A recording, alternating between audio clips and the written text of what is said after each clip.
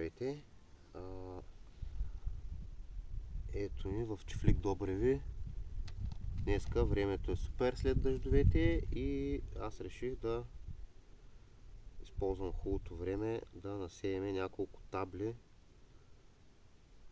разсад за салатки. Могат да се сеят това време и директно в земята, но понеже аз ще ги гледам в оранжерията, а пък оранжерията още не е готова, малко се позабавихме, затова ще се направя разсад, а пък тъкмо те докато поникнат, докато израсне разсада, ще мога да си подготвя лихите в оранжерията, за което също ще направя видео и ще са готови за засаждане. Тази зима съм се спрял на 3 сорта салатки, които ще пробваме да отглеждаме в оранжерия през зимата. Това са дженталина или генталина, не знам, на пакет ще го пишат генталина, аз мисля, че се казва дженталина, къдрева салата.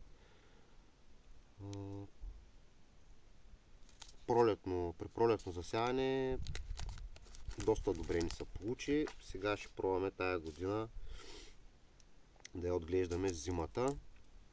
Другия сорт, на който сме се спрели, е римска маруля Paris White. За първи път ще пробваме.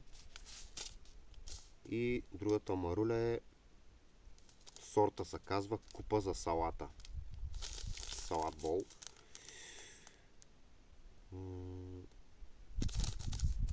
Доста едри стават и приличат наистина точно на купа за салата, като се развие изцяло растението. Поне на картинките е така. Това с двата сорта за първи път ще ги пробваме. Спрели сме се на семената на Golden Plants. Не е реклама. Взимали сме друг път, доволни сме от тези семена. Сега за което можем си произвеждаме сами семената. За салатките обаче вече трета година подред купуваме. Може би ще почнем, като се спреме на някакви сортове, наистина всяка година експериментираме, като се спрем на някакви определени сортове, най-вероятно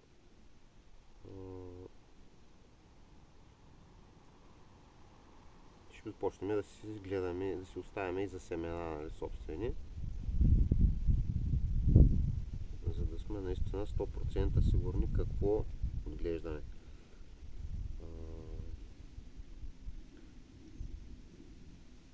Сега го правя по бавния начин, но не бързам за никъде.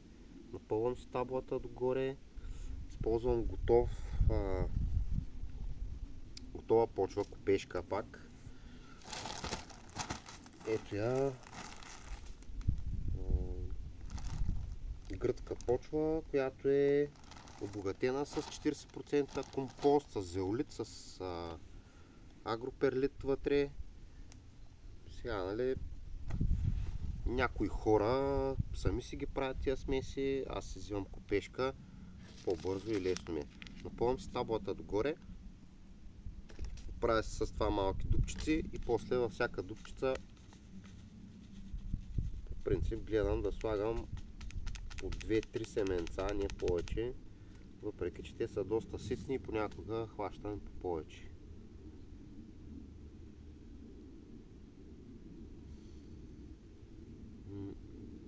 После, когато израснат разсадчетата, понякога успявам да ги разделя и да ползвам, нали, 2-3, които са поникнали в едно гнездо, всичките да ги засея. Някой път не се получава, едно растение изпреварва останалите и ги махам и си ползвам само това, което се е развило както трябва. Общо взето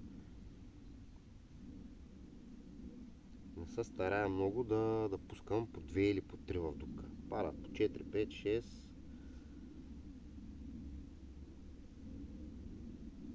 Гледал съм някакви видеа, някакви хора с едно стъкълце, с пинсета. Нали, ако ще сееш една табличка, добре. Но за няколко по-мащабно производство на разсъди, според мен ще отнеме доста време по този начин. Пробвал съм варианта директно в съндъче да хвърля семената. Става, просто после трябва много да се внимава, като се отделят отделните растения, да не им се разкъсват коренчетата, защото са доста финни. И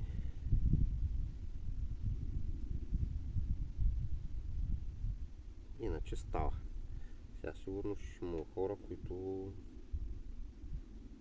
и за моя метод ще кажат, че е доста пипкав и не си заслужава, и най-хубаво става.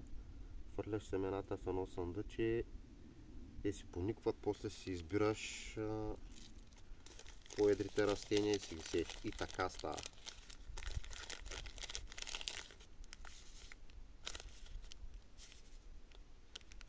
Даже, ето и тук имам едно съндъче.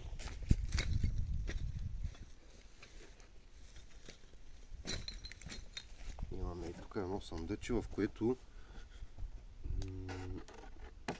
не помня вече какво бяхме сложили като семенца. Нищо не изникна. По спомен мисля, че беше копър, но нещо не се получиха нещата с него.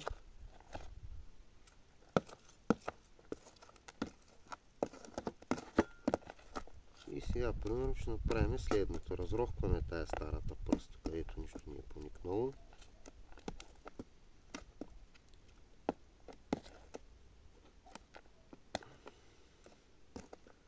Разрохваме я добре. Същите семена дженталина. И така и поръсваме тук.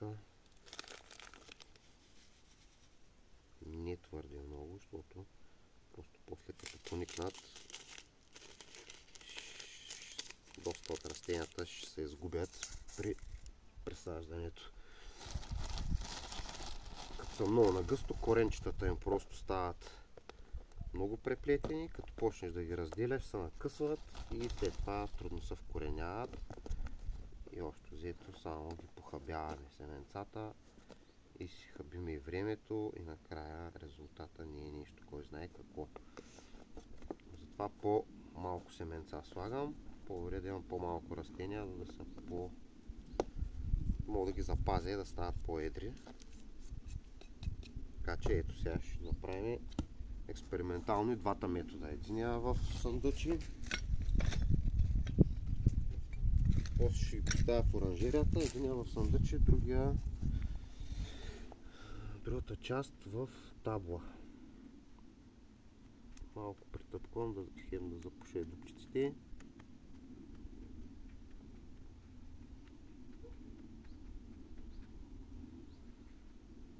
Дупките не трябва да са изобщо дълбоки. Даже аз понякога си мисля, че малко дълбоки ги правя. Буквално сантиметър максимум. Даже мисля, че и сантиметър им е много. Им е достатъчен. Семената са доста ситни.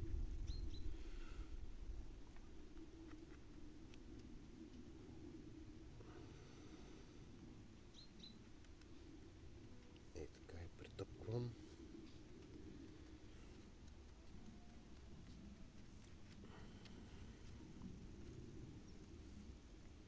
И после не поливам.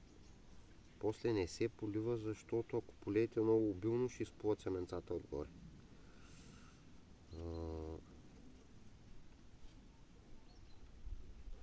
Мокря с пулверизатор, на финна на мъгла направо да е.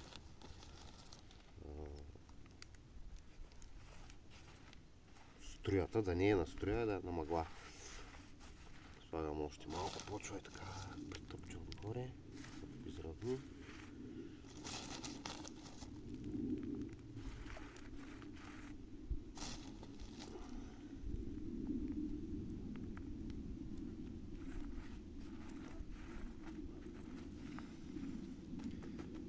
И повтаряме същото упражнение с другите два сорта. Тук си надписвам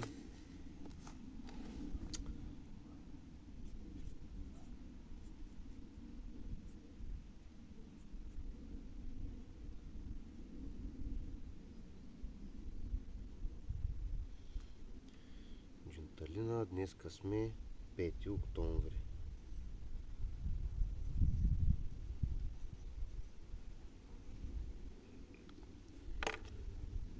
Ето.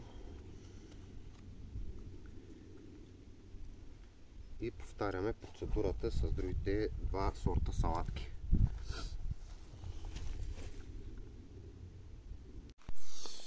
Така, готови сме с разсъдите. Тук е една табла намерих с по-големи гнезда и съм насял по много семенца вътре. И както казах, ги поливаме с мъгла, само ги увлажняваме.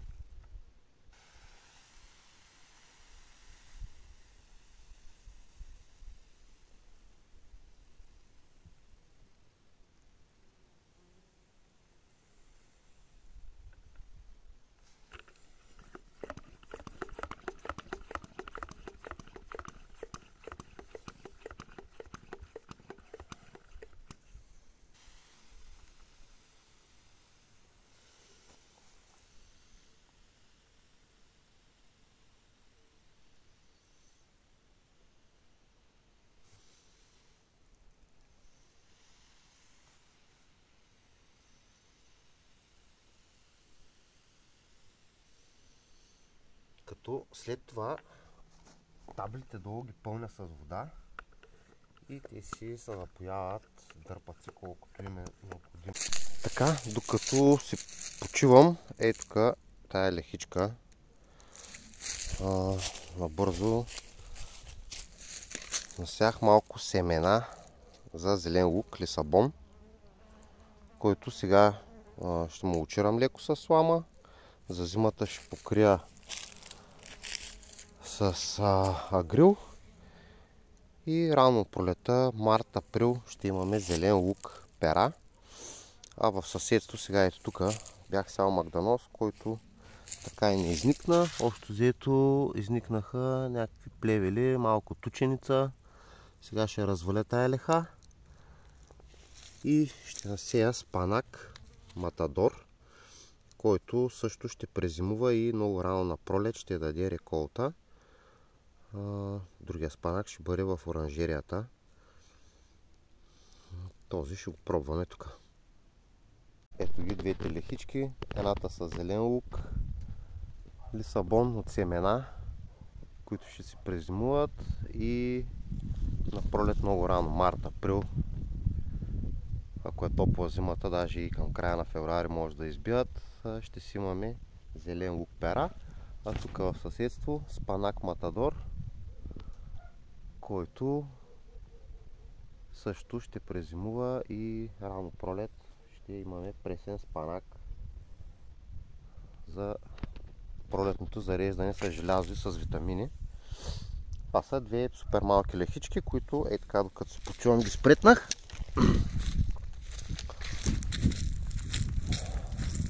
Основната задача днеска беше да направим разсъд за салатки. Направихме 3 табли разсъд с 3 различни сорта дженталина, Парис Лайт, това е френска маруа, и един сорт, който е нов. Сорта се казва купа за салата, просто защото самата салатка, когато порасне, има точно такава форма на салатена купа. Ето ги, таблите тук са заредени. Сега след малко отиват в оранжерията, където ще си седят. Имам още една табла с дженталина. Те са почнали да изникват малко рехаво, но това е. Заложихме семена от салатки и в едно съндъче, разпръснато. Сега ще видим кой от двата метода ще даде по-добри резултати. А тук в бързината малко краставички, една изостанала тиквичка, едно букетче копър, една турбичка листа босилек, които ще се превърнат в песто. И като за неделя, мисля, че е добре.